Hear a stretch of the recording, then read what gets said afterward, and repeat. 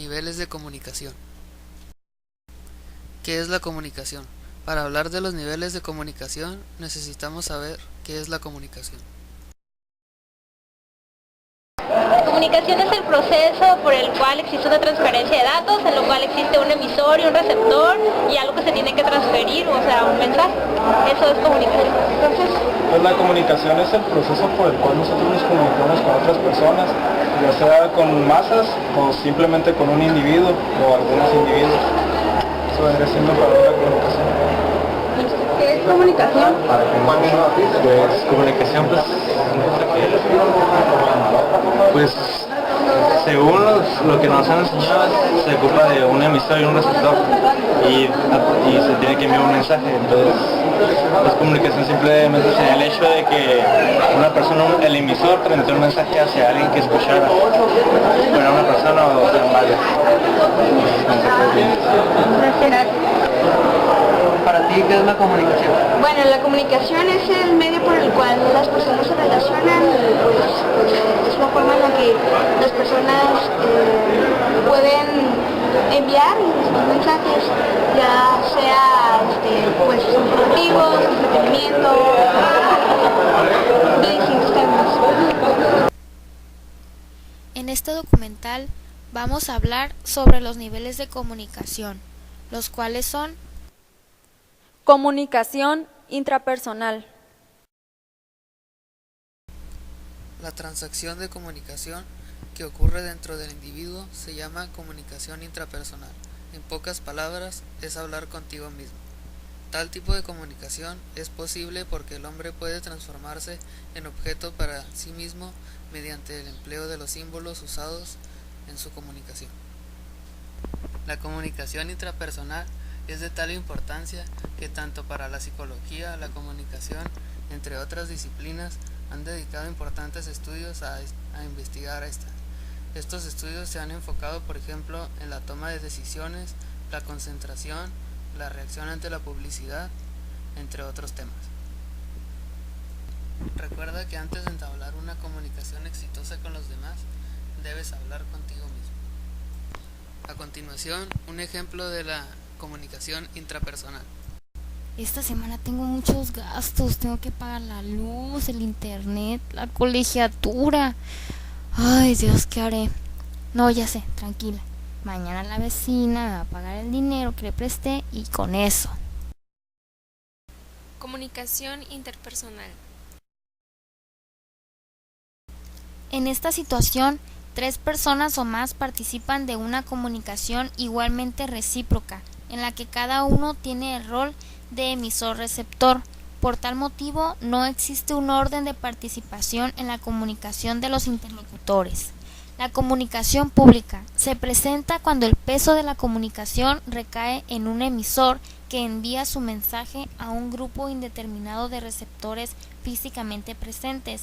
El emisor prepara el tema con anticipación o puede improvisar sobre alguna materia de la que posea experiencia. En este caso, los receptores no pueden responder de manera individual al emisor. En la comunicación pública hay retroalimentación entre el emisor y los miembros de la audiencia, aunque no en relación de uno a uno. Los receptores suelen conocer o tener referencias específicas sobre el emisor, quien conoce los rasgos o características generales de su audiencia, pero no tiene un conocimiento específico de cada uno de los receptores. Como ejemplo, podemos mencionar a los oradores en un simposio, un político ante un grupo de vecinos de cierta colonia, un maestro en un salón de clase, un instructor en un curso de capacitación de una empresa, etc. Comunicación masiva.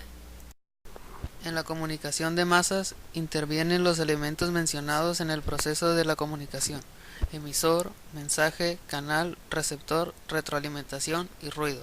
Su diferencia con la comunicación interpersonal radica en el uso de un medio de comunicación artificial como canal transmisor del mensaje.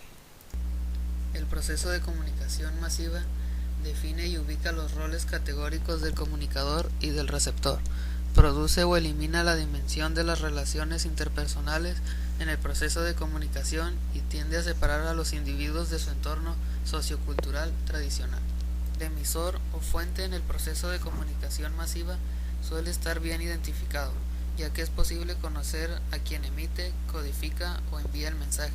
En cambio, el receptor o audiencia, según la teoría clásica, es anónimo, heterogéneo y disperso geográficamente y pasivo, ya que no tiene capacidad de retroalimentación o es muy limitada. El ruido puede estar presente en cada uno de los elementos del proceso. Por ejemplo,